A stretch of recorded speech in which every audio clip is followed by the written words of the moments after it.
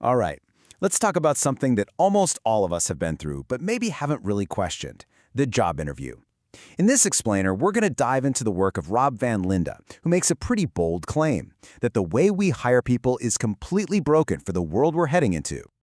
Yeah, that's the one. We've all heard it, right? Whether you're the one asking the questions or the one in the hot seat. It's the classic opening line. It feels safe, it feels familiar, and, as we're about to find out, it might be totally useless. Now imagine saying that in an interview. That's the provocative response Rob Van Linde suggests. And wow, it really cuts right to the heart of the problem, doesn't it? It's a statement that just forces you to rethink everything you thought you knew about finding good talent. So let's really unpack this first big idea.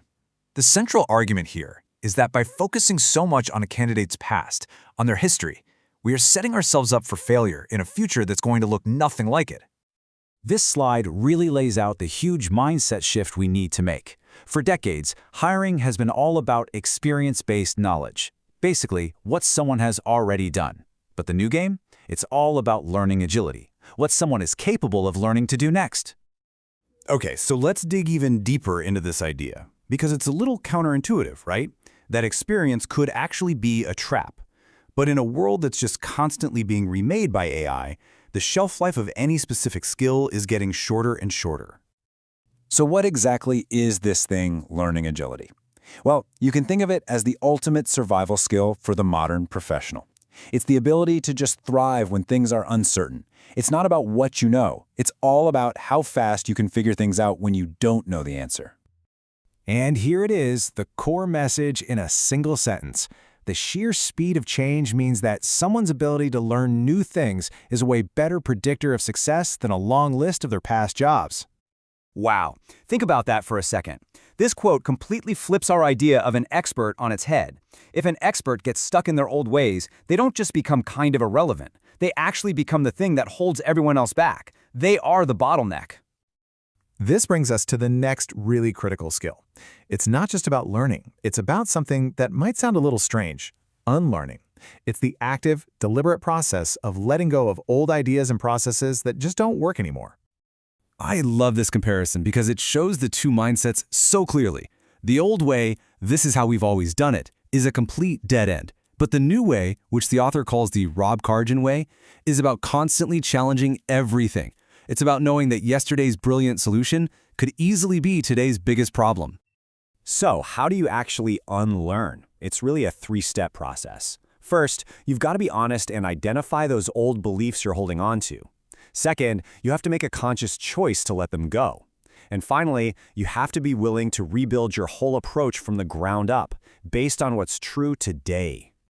So if the skills are changing this fast, it only makes sense that our whole idea of a career has to change too, right?